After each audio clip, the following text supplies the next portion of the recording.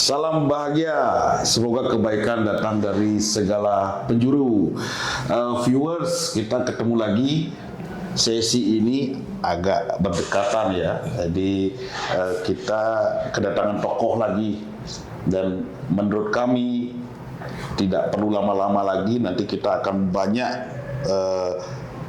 meminta pandangan-pandangan serta pengalaman-pengalaman beliau. Tapi sebelum itu, saya ingin membuka segmen ini dengan suatu pernyataan-pernyataan. Jadi seperti ini ya, keajaiban, keberuntungan, kesuksesan, dan apa yang orang lain belum capai, belum pernah nikmati, bukanlah bahwa aku selesai, aku hebat, aku mencapainya. Keajaibannya adalah saya, kamu, kita miliki keberanian untuk memulai dan mempercayai bahwa itu bukanlah berasal dari faktor tunggal. Bukan dari faktor tunggal. Karena aku tidak ada artinya tanpa kamu dan aku percaya itu. Iya. Jadi ungkapan itu ingin menggambarkan bahwa kadang kesuksesan kita itu dipandang oleh orang lain seolah-olah kita itu merasa sudah selesai, kita sudah final, kita sudah on the top gitu ya. Tetapi kadang juga orang lain memandang bahwa ketika melihat seseorang, oh dia itu beruntung tanpa melihat prosesnya. Nah sehingga ada juga pandangan bahwa setiap hal keberuntungan dan kesuksesan yang kita buat bahwa bukanlah karena faktor tunggal, tetapi juga faktor dari kolaborasi, faktor dari semangat dari kawan, dari teman, ataupun support dari keluarga. Dan yang paling utama adalah faktor, bukan karena faktor tunggal, karena ada anugerah dari Yang Maha Kuasa. Jadi demikian mungkin dapat mewakili suatu hal yang ingin kita bicarakan saat ini. Di depan saya ini ada Bapak Anak Agung Bagus Bayu Joni Saputra SEMM. Jadi kalau melihat beliau ini, nah dari senyumnya menampak sekali senyum yang sangat dewasa. Ya, nampak sekali senyum yang sangat dewasa dan saya rasa yang namanya jatuh turun itu naik turun itu sudah sering beliau itu alami. Ya, jadi Swastiastu, selamat datang. Swastiastu. Pak, saya panggil apa nih Pak? Gung Bayu Dadas. Gung Bayu ya. Nih. Nah, Gung Bayu gitu, Pak Gung Bayu. Mohon perkenalkan diri dulu. Swastiastu, pemirsa, perkenalkan Tiang Anak Agung Bagus Bayu Joni Saputra, SEMM, Tiang lahir 48 tahun yang lalu. 48 tahun lalu. Di Kerobokan, kebetulan tempat yang di sini. Dan terima kasih atas undangannya untuk berbagi, kan sharing is caring. Betul. Bukan seperti tadi, jadi Tiang ada di titik ini ya tidak ada layang-layang naik tanpa angin. Ya kadang tempe itu harus dibusukkan dulu baru menjadi enak. Jadi Tiang usaha di bidang logistik dan forwarding basicnya, jadi Bayus Kargo. Itu setelah Bayus Kargo sekarang berusia 24 tahun. Dari Bayus Kargo lahirlah Bajara Baji Villa, Kesambi Square, Satya Residen. Ya tentu melalui perjuangan yang panjang. Jadi tidak ada kata gagal, yang ada kata sukses atau belajar. Itu sih pengalaman jatuh bangunnya. Yang setiap saat ini pun masih terus mengalami tantangan. Karena tiap tantangan itu kan ada peluang. Betul. Kurang lebih. Iya. Ininya. Jadi Pak Gung Bayu, jadi yang Tiang catat nih sekarang sebagai Ketua Alfi. Kemudian pernah juga menjadi mantan Ketua HIPMI Badung. Jadi artinya kalau di sana kita kan lihat step by step nih. Jadi Ketua HIPMI gitu. Kemudian sekarang sebagai di Kadin Bali Wakil Ketua Umum. Kemudian di Kadin Badung sebagai Ketua Dewan Pembina Kadin Badung. Nah dari sana sudah kita lihat bahwa ada ketua pembina. Nah berarti kan secara ini sudah sangat berpengalaman sekali di dunia kadin. Ya. Kemudian di satu sisi adalah bisnis, artinya original bisnisnya adalah mengenai logistik dan forwarding. Nah, mungkin bisa jelaskan dulu sedikit nih, logistik dan forwarding itu apa itu? Yeah. Jadi logistik dan forwarding itu adalah kegiatan yang merupakan urat nadi dari sebuah perekonomian suatu negara. Di lifeblood-nya atau lokomotifnya, karena tanpa ada satu barang pun yang bisa bergerak itu tanpa sentuhan dari kita selaku orang forwarding. Jadi freight forward, barang digerakkan ke suatu tempat dari tempat yang lain. Jadi apalagi di Bali, kita logistik tourism, peran kita membantu para UMKM yang berorientasi ekspor. Jadi sepanjang jalan daerah Kerobokan, Tangkuban Perahu, Sunset Road, Tegalalang itu tamu-tamu yang baik turis maupun buyer maupun desain interior itu membeli produk dan tidak tahu harus kemana.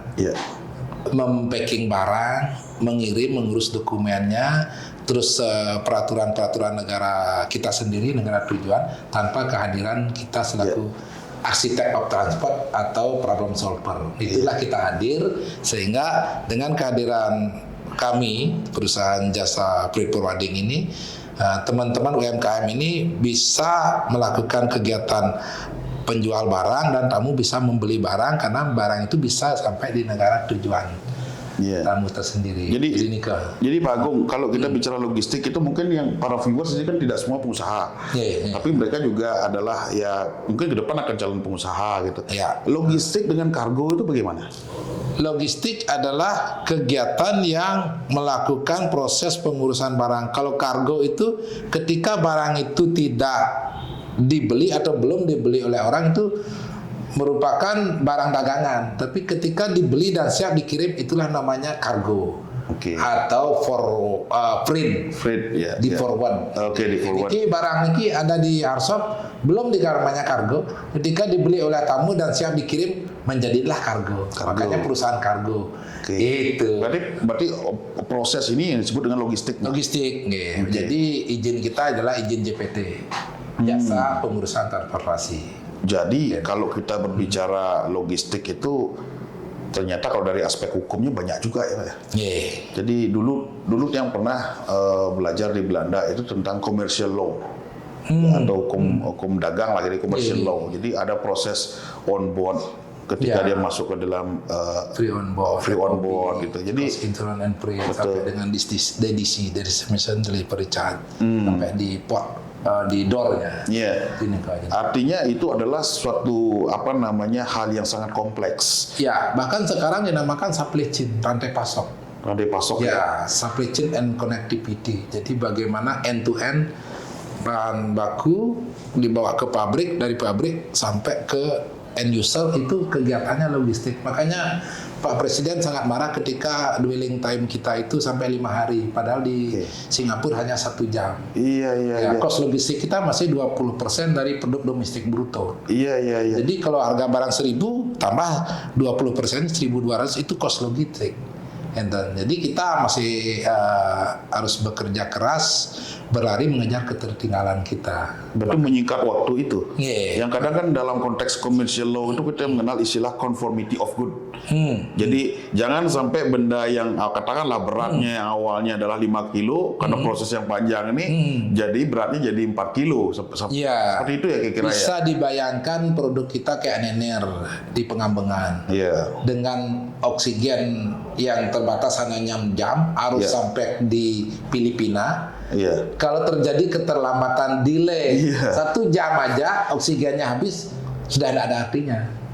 Apalagi tuna kita, yang diolah di daerah pabrikan di Tanjung Benua, terus dikirim via angkutan udara, itu terlambat berapa hari kualitasnya akan turun, bisa di-reject oleh buyer di negara tujuan. Jadi connectivity, rantai pasok dan connectivity itu sangat, di sinilah kita membangun rantai pasok tidak terjadi hambatan-hambatan yang bisa menyebabkan tadi menurunnya kualitas.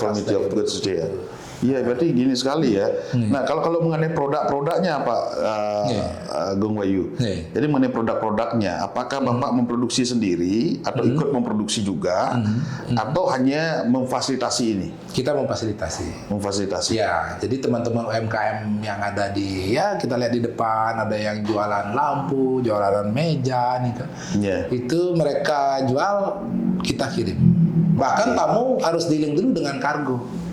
Karena nggak tahu ini bahan meja ini adalah bahan dari kayu. Pemerintah menerapkan sistem SPLK, sistem verifikasi legalitas kayu, karena ada dulu banyak kasus illegal logging.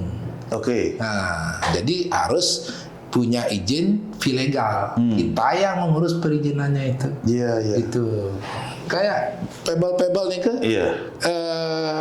Ini batu-batu itu kita tidak bisa kirim tanpa ada stone verification, karena ada penambangan batu liar yang diduga akan diekspor tanpa ada sentuhan tangan manusia, dan juga ada proses creativity, ada labor dan ada value added di dalam. Tapi gini Pak Agung, ini menarik sekali ya, menarik sekali. Jadi ini entah ini praduga saya atau hipotesa saya. Jadi seringkali seperti ini. Dulu kan memang ketika kita namanya mengekspor, mengirim bahan-bahan apa, misalnya seperti meja seperti ini ya. Kita mengirim, bahwa kita tidak boleh mengirim bahan baku. Betul, raw material. Artinya kita nggak boleh mengirim katakan kayu blondongan tuh nggak boleh kita kirim. Tapi seringkali, nah tanda kutip ini, pengusaha mensiasati.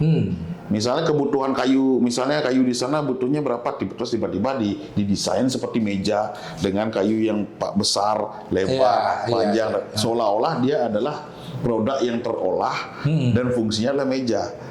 Padahal sampai di tempat tujuan itu di cutting lagi. Nah, kira-kira fenomena itu ada nggak gitu? Ada ya. Saya pernah dipertanyakan oleh ada buyer kita dari Maroko. Dia justru mendapatkan bahan baku rotan terbaik dari Singapura. Padahal kita tahu Singapura itu tidak punya rotan. Punya rotan.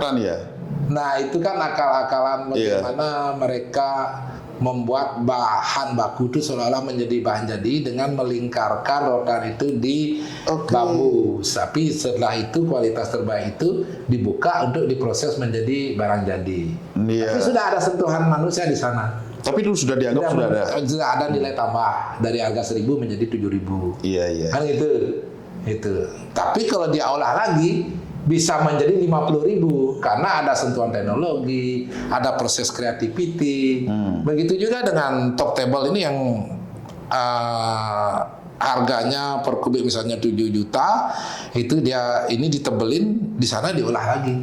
Bisa lagi menciptakan nilai tambah. Tapi kita kan satu etika berbisnis harus ada, kan moral kita harus juga bagus. Jadi kita sama sekali tidak akan mengirim bahan baku. Tetapi kalau sudah dibentuk menjadi barang jadi itu karena ada proses verifikasi dari pihak supplier, dalam hal ini Sukopindo atau supplier Indonesia. Itulah mereka ada pemerintah yang hadir untuk memproses verifikasi itu. Nah, gini Pak Agung Pak Agung yang saya dengar gitu, Pak Agung juga sekarang sedang melanjutkan studi ke strata 3. Kalau nggak salah di Udayana. Di program doktor ilmu ekonomi.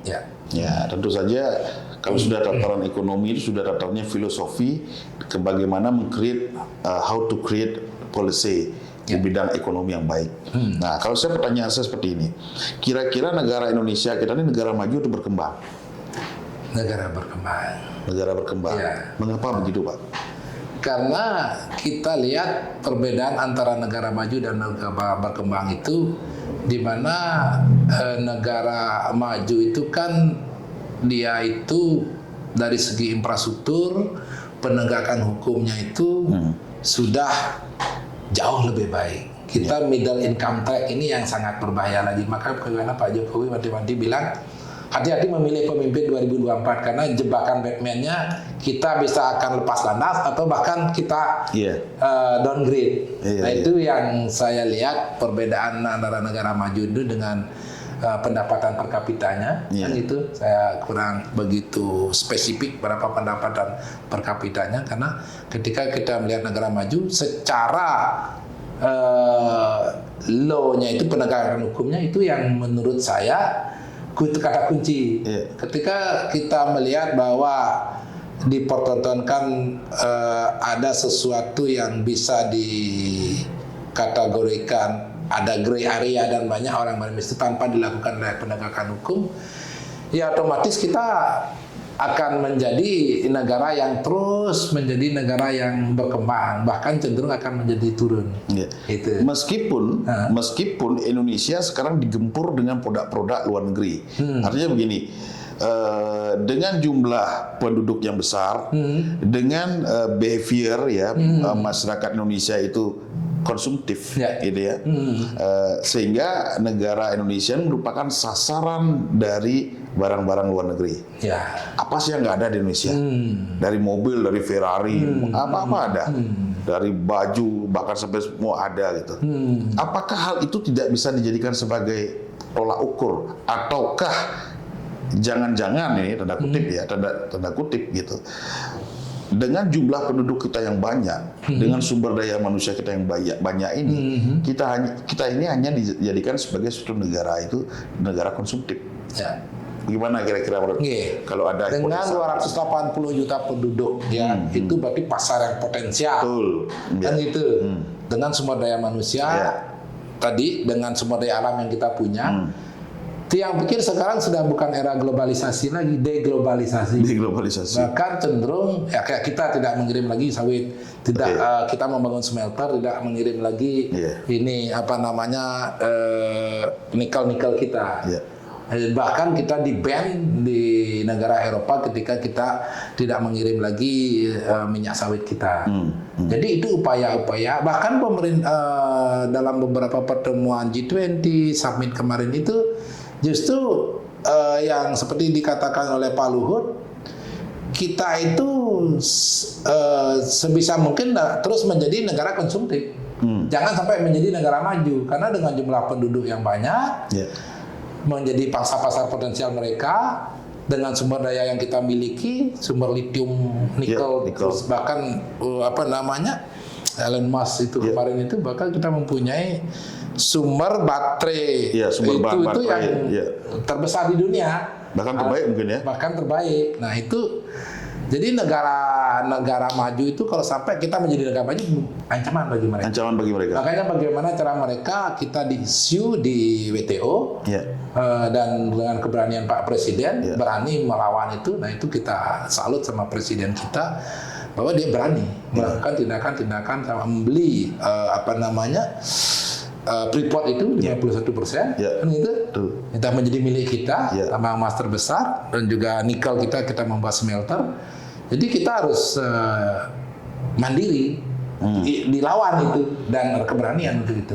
Berarti usaha pemerintah saat ini mencegah negara kita hanya sebagai produk-produk yang user saja, itu sedang dilakukan, Pak. Terus dilakukan, karena berkali-kali pemerintah, Bapak Presiden dalam pertemuan dengan gubernur Indonesia itu kandungan lokalnya itu harus wajib, bahkan dimarah sampai ada masih mengimpor, itu sudah catatan. Jadi dengan adanya LKPP, e-katalog, sikap itu kan kita untuk kita bisa membeli di portal pemerintah itu harus ada kandungan lokalnya dan harus dominan. Jadi kapan kita akan menjadi berdikari di atas society sendiri kalau kita masih impor terus?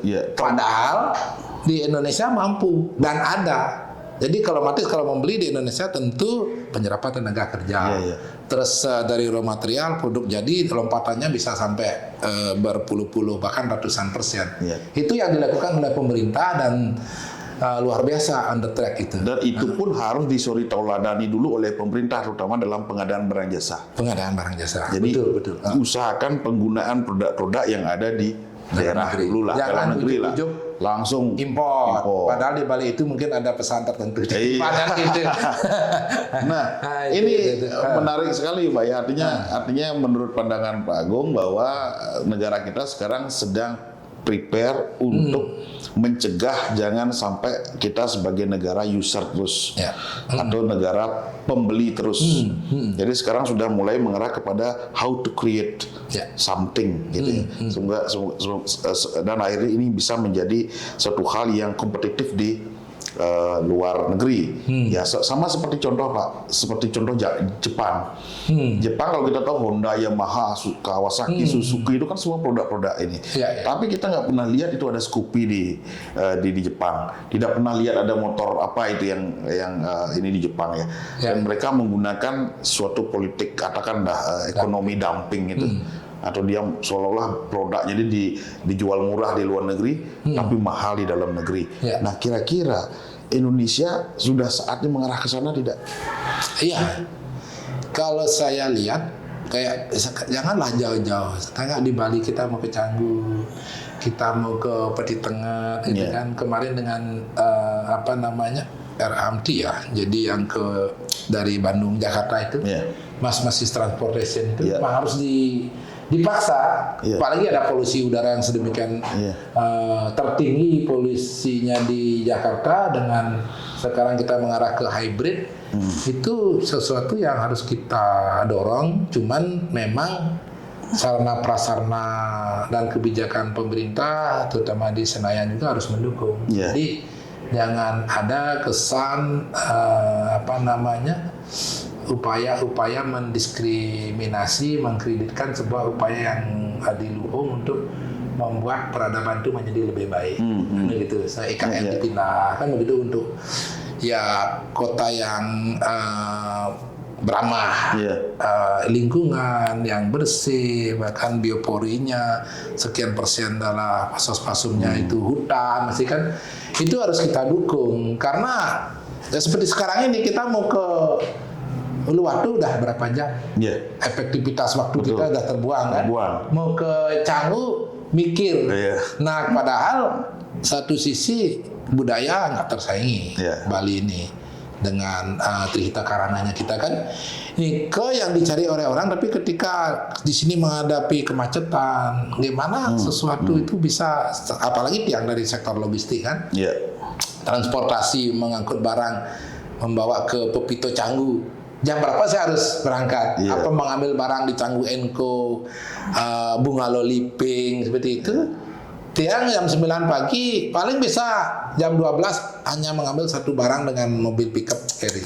Karena begitu traffic jamnya. Begitu trafficnya. Wih, luar biasa. Jadi betul-betul ini ya. Kalau coba ada upaya pemerintah, mungkin pemerintah provinsi, kabupaten atau kebijakan pemerintah pusat itu dengan kendaraan cepat itu kan akan gimana quality tourism itu, terus juga quality logistik tourism itu. Jangan logistik tourism beda dengan Pulau Jawa yang logistik industri. Nah, atau gini Pak, gini. Nah, kalau kita lebih mengkritisi lah, karena pemerintah sendiri butuh itu Pak. Artinya butuh contoh saja seperti pajak daerah, kendaraan bermotor. Nah, kan gimana ini? Itulah. Atau pemerintah, mindset pemerintah dulu yang dirubah. Harusnya pemerintah itu lebih berinovasi sehingga bagaimana caranya untuk mendapatkan PAD yang besar dari sektor yang lain gitu. Dan ini tegas batasi. Tapi kalau dibatasi sendiri juga industri permotoran, permobilan juga lesu. Di sini juga ada manpower yang sangat banyak. Nah, ini kita harus memulai di mana nih? Motong kepalanya atau motong ekornya nih? Kalau saya sih komprehensif ya. Artinya tidak bisa kita harus memotong itu tanpa diberikan sebuah solusi. Jadi sarana prasarana, infrastrukturnya dan kebijakannya, dan yang terpenting adalah bagaimana isu politik yang dibangun itu tidak mendegradasi niat baik pemerintah. Kan ada praksi-praksi di dalam itu. Kita akui memang PAD pemerintah Provinsi Bali itu kan dari pajak berkendaraan motor. Iya. Sementara saat ini pun kita tahu terakhir kan defisit itu. Iya. Ya itu ya defisit itu tujuan baik, jadi jangan dipolitisir gitu loh. Artinya kita sama-sama membangunlah sesuatu yang baik. Mari kita dukung. Memang kadang-kadang pemerintah harus mengambil keputusan yang tidak populis. Anggap pil pahit yang harus kita telan untuk sembuh gitu kan. Iya. Gitu. Benar. Gini karena setiap apapun seperti kita mengangkat anak domba, ujungnya terangkat, bawahnya pasti ada konsekuensi yang harus kita tanggung. Iya. Jadi kita memang harus dewasa semua karena tidak ada yang sempurna dalam sebuah kebijakan kan gitu. Jadi sepanjang disosialisasikan dengan baik, terus juga ada way out-nya, jadi kan pasti ada sesuatu yang akan menyebabkan dampak-dampak negatif dari sebuah kebijakan. Tapi jangan langsung dijudge bahwa itu kebijakan pemerintah tidak bagus. Enggak, karena untuk membuat suatu kayak kita membangun rumah renovasi pasti akan ugak dulu, terus banyak debu apa itu kita, tapi untuk menjadi lebih baik. Nah, gitu kadang-kadang kan di media sosial kita tahu sayang lah orang sudah berbuat, sudah niat Pro dan kontra dibumbui dengan hal ini. Ya at the end akhirnya kan kita kayak gimana membangun sebuah underpass dengan hanya 2 flyover seperti bagaimana kita rencana membangun dari city check in dari depannya Aston yang di utara Simpang Siur untuk menuju ke airport akan banyak mengatasi kemacetan, itu belum juga jalan. Jadi sebenarnya mari kita sama-sama, apalagi kita selaku pengusaha ya, mitra kerja pemerintah yang kita membayar pajak, pemerintah sudah melakukan kegiatan-kegiatan yang benar. Jadi kritik itu harus konstruktif, bukan destruktif, menghancurkan, apalagi dengan niat untuk mendiskreditkan pemerintahan yang sudah sah legal secara pemilu memenangkan. Jadi kita harus dukung bersama. Itu sih. Dan kita juga butuh pemerintah yang mendengar ya. Pemerintah yang mendengar, pemerintah yang mau melihat ke bottom up, gitu, mau lihat ke bottom. Jadi itu yang problem. Nah, kembali lagi Pak Agung. Boleh. Mari sambil minum. Ini kita minum dulu nih. Infus water. Infus water ya. Jadi supaya tidak tegang. Kemudian yang menarik lagi, kita selalu dihadapkan pada persoalan negara maju, negara berkembang. Jadi saya banyak baca di beberapa literatur, terutama ketika kami mendalami persoalan hukum ekonomi pembangunan. Bukan hanya hukum ekonomi pembangunan, hukum ekonomi dan pembangunan. Jadi dikonsepkan dalam literatur itu bahwa ada negara maju, ada negara berkembang. Kemudian di masing-masing negara maju dan negara berkembang ini mereka itu memiliki keunggulannya masing-masing. Negara maju itu memiliki competitive advantage atau keunggulan kompetitif, negara berkembang comparative advantage atau keunggulan komparatif yang membedakan dengan competitive advantage tadi. Jadi katakanlah yang bersifat competitive advantage mereka punya skill, teknologi, capital. Nah, kemudian yang komparatif mereka punya sumber daya manusia, sumber daya alam. Ya mungkin kalau seperti yang Pak Agung sampaikan tadi, Indonesia kita negara berkembang, kita hanya memiliki sumber daya manusia, sumber daya alam. Nah, sedangkan dalam konteks negara maju, teknologi, capital mereka selain teknologi, skill, and capital, mereka nambah capital lagi satu nih. Human capital. Jadi nambah terus ini. Ya. Sehingga dalam suatu konsep kita tetap sebagai negara berkembang. Apalagi kita menempatkan sumber daya manusia itu sebagai manpower. Nah gimana nih Pak? Kalau kita jangan menjudge bahwa kita itu tidak punya sumber daya manusia yang berkualitas, tidak punya teknologi yang bagus. Siapa yang menciptakan Gojek itu? Seorang Nadiem Makarim mampu merubah tatanan transportasi kita. Jadi itu sebuah bukti bahwa kita itu tidak menjudge diri kita sumber daya manusia kita lemah. Sosok seorang Putri Diana kemarin yang Golden Bus di memenang di ini kan, itu membuktikan bahwa ketika kita punya etos kerja, dedikasi, komitmen untuk pencapaian sebuah cita-cita, dia bilang, masih saya ingat, Putri memang tidak bisa melihat dunia, dia bilang begitu. Tetapi suatu saat biar dunia yang melihat Putri. Itu luar biasa. Luar biasa. Seorang yang diberikan kekurangan oleh Tuhan, dia bisa juga menjudge Tuhan kan gitu. Iya. Tapi dia dengan penuh syukur, itu dia ingin membuktikan diri bahwa akhirnya dia mampu bahwa membuktikan kepada bangsa Indonesia, anak muda yang bisa memenang di jajaran tingkat, bahkan kayak David Foster ngajak dia kan, itu sosok pribadi pemuda Indonesia yang mengagumkan. Jadi itu secara sumber daya manusia kita nggak kalah kok. Cuma mau nggak kita kerja keras, kerja cerdas, berkualitas, tuntas dan ikhlas itu. Atau mungkin kita katakanlah kekurangan semacam role model. Nah, kita melihat kayak dia ditampilkan di istana, kan? Terus sekarang Pak Presiden menjadikan dia menteri, Nadiem, kan gitu.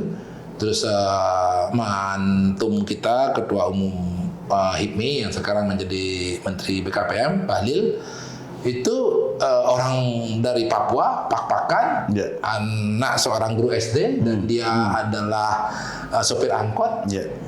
Di Papua begitu kan, bisa menjadi ketua HIPMI dan akhirnya langsung menjadi menteri BKPM. Itu jadi sesuatu yang break the limit, yang membuka mata kita bahwa sepanjang kita ada jalan, ada niat, kemauan yang keras, akhirnya tercapai.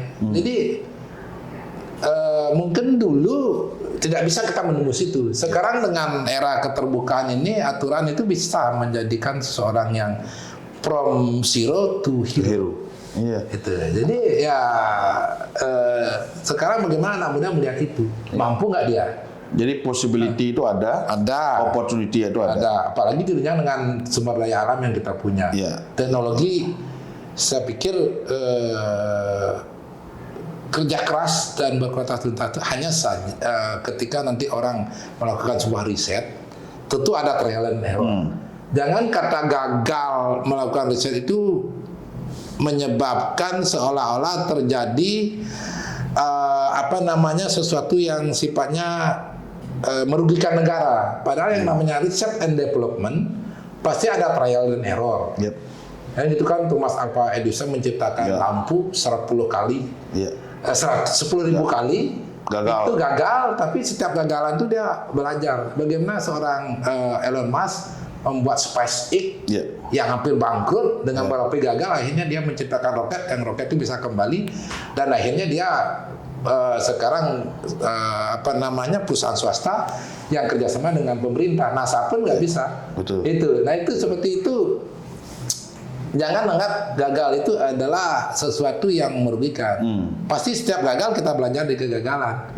Akhirnya kita one step ahead untuk bisa akhirnya berhasil. Kan gitu. Memang artinya sisi optimistis itu memang harus selalu kita dengungkan gitu ya. Dan namanya dulu kalau kita lihat di persoalan opportunity-nya ada. Kemudian kita berbicara capacity harus ada. Kemudian satu sisi kita bicara policy-nya harus ada. Nah yang terakhir ini salah satunya politician-nya. karena ini kan Pak Dokter bisa menjawab sendiri. Jadi kan kondisi ini kan kondisio sine qua non, dia tuh saling keterkaitan gitu loh. Jadi apa yang diwacanakan, apa yang ini kita selalu berhadapan dengan policy based on politik. Bukan policy based on research. Nah ini yang kira-kira menurut Bapak seorang pengusaha, entahlah seorang politisi juga saya kurang tahu gitu. Juga sangat dekat dengan masyarakat karena sebagai seorang wakil bendesa yang tentu saja di sana di pundaknya diberikan beban menjaga budaya dan lain sebagainya, adat istiadat dan sebagainya. Nah kira-kira sampai sejauh ini gitu. Itikat gitu, itikat dari ya rendah kutip lah secara luas politician kita gimana sih sebenarnya?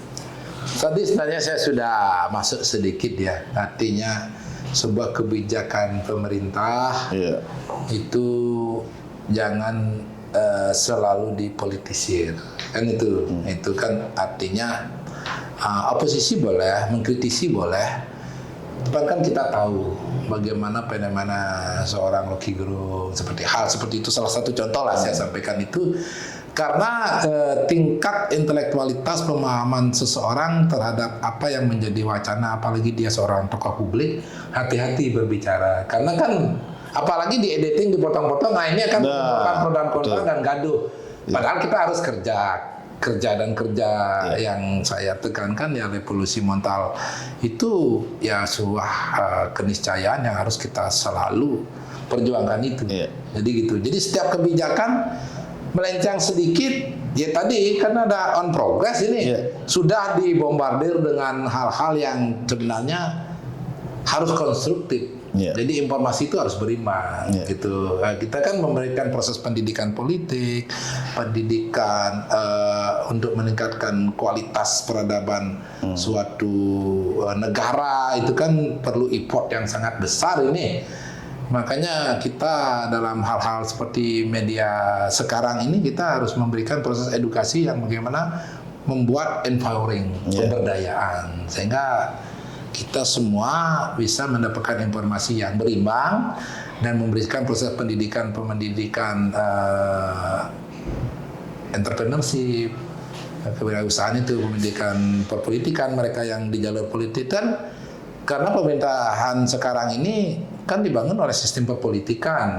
Kan dari sana sistem itu dibuat pembuat regulasi, anggaran, itu jadi ya memang harus dari sana kuncinya karena kalau tidak ada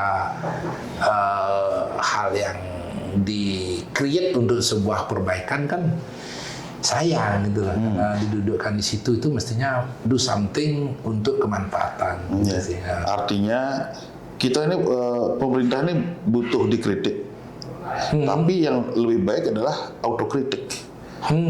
Artinya kritik yang juga diberikan saran. Iya. Konstruktif lah, bukan destruktif. Kan gitu. Meskipun tugas dari pemerintah adalah mencari solusi, tapi terkadang kan kita berhadapan dengan segala sesuatu itu yang ada keterbatasan. Betul. Nah, jadi hal-hal inilah yang mungkin perlu perlu lebih wise, lebih bijaksana melihat segala fenomena yang ada menyangkut persoalan negara Republik Indonesia. Kan begitu kira-kira ya. Ini izin disinilah peran Kadin sebenarnya. Kadin dalam Undang-Undang Nomor 1 1987 itu dia di dalam undang-undang. Betul. Itu satu-satunya organisasi ekonomi yang ada di dalam undang-undang adalah Kadin. Jadi saya di Alfi, ada RI, GPI, PARI, dan semuanya ada IWAPI itu induk dari sebuah organisasi yang di bawah undang-undang itu ekonomi adalah Kadin. Itu. Nah, Kadin adalah mitra strategis, mitra kerja pemerintah. Ya, ketika pemerintah akan membuat sebuah regulasi, perannya sebagai regulator, dinamisator dan fasilitator, kan itu ketika dia akan membuat sebuah kebijakan atau peraturan tentu harus banyak berdiskusi dengan pelaku usaha yang akan nanti melaksanakan regulasi yang dia buat. Ketika nanti dia tidak melaksanakan proses itu, terlanjur membuat peraturan ternyata kontraproduktif, bahkan tumpang tindih. Itu. Nah ini disinilah peran Kadin untuk menyampaikan itu mitra strategis. Ya autokritik, kita berpendapat itu bukan ada hiding agenda, ya apa adanya karena kita pengusaha, bukan ormas, bukan politisi, bukan mencari panggung, kita orang dagang, kita sudah menyerap tenaga kerja, kita sudah membayar pajak, itu ya tentu negara dibangun dari pajak yang kita bayar, kan gitu. Untuk membangun infrastruktur, baik jembatan, pelabuhan, airport, jalan, gitu kan. Kan ini artinya kalau pemerintah bisa memberikan sesuatu fasilitasi, dinamisasi dan aturan yang mendukung, tentu usahanya akan jalan sehingga pajak yang dibayar akan lebih banyak, negara akan makin cepat maju. Iya. Itu ininya. Ya, luar biasa. Peran strategisnya. Luar biasa sekali. Dan harapan kami juga dari akademisi gitu, kita melihat dan mengamati juga sebagai pengamat juga gitu ya. Artinya berharap sosok-sosok anak Agung Bagus Bayu Joni ini banyak yang menyuarakan, karena kita ini membutuhkan narasi, kita membutuhkan literasi, sehingga masyarakat kita yang saya katakan tadi, artinya masyarakat yang sedang grow up, masyarakat yang sedang membangun, masyarakat yang sedang belajar, kita juga yang sedang belajar, terus mendapatkan wacana-wacana yang positif. Setuju. Ya, kemudian tanpa kita rasa waktu terus berjalan. Ya. Nah, mungkin Pak Agung Bayu bisa memberikan sedikit closing statement kepada viewers yang selalu setia ini. Ya, yang terima kasih atas waktu yang diberikan dan diskusi sangat menarik ini. Ya. Selaku pengusaha itu harus tetap melakukan proses dalam melakukan kreativitas. Ya. Harus proaktif dan harus berani mengambil risiko yang tentunya terukur, karena jangan merasa rendah diri atau rendah hati menjadi pengusaha, karena pengusaha itu mulia. Jadi kita menyerap tenaga kerja, kita membayar pajak, jadi pengusaha itu mempunyai peran strategis untuk juga memajukan dan meningkatkan kesejahteraan masyarakat. Jadi ada yang teman-teman di pemerintahan, ada yang di politisi, dan kita jadi pengusaha, itu semua itu bermanfaat untuk kemanfaatan, untuk kemajuan kita bersama. Iya, terima kasih Pak Agung Bayu. Jadi begitu ya viewers. Jadi tadi sangat berbobot sekali apa yang kita diskusikan tadi. Jadi dan ini menyoal persoalan bagaimana para pelaku usaha hingga persoalan kebijakan, sehingga bagaimana akhirnya membangun suatu sikap yang konstruktif gitu ya. Nah, sebelum saya tutup segmen ini, ada beberapa kajian-kajian yang menempatkan bahwa negara itu bukan hanya sebagai penjaga malam. Jadi tipologi negara modern itu bahwa kita mengenal istilah welfare state atau negara kesejahteraan. Dan welfare state itu terus bertransformasi sehingga peran-peran dari negara itu semakin luas. Dalam beberapa buku-buku yang terbaru dalam konteks pemerintahan itu, bahwa tipologi negara modern, bahwa peran government itu semakin luas. Government as a regulator, dia membuat aturan. Government as a jury, jadi dia menjadi penengah di dalam setiap situasi. Government as a provider, dia menyediakan segala macam fasilitas publik dan kebutuhan masyarakat. Dan lagi satu hal, government as entrepreneur. Nah, semoga dengan makin meluasnya tipologi negara tersebut, negara pun juga sangat memahami bagaimana peran-peran pengusaha atau kadin dalam hal ini. Baik, terima kasih atas perhatiannya viewers. Salam bahagia, semoga kebaikan datang dari segala penjuru. Astungkar Suksma.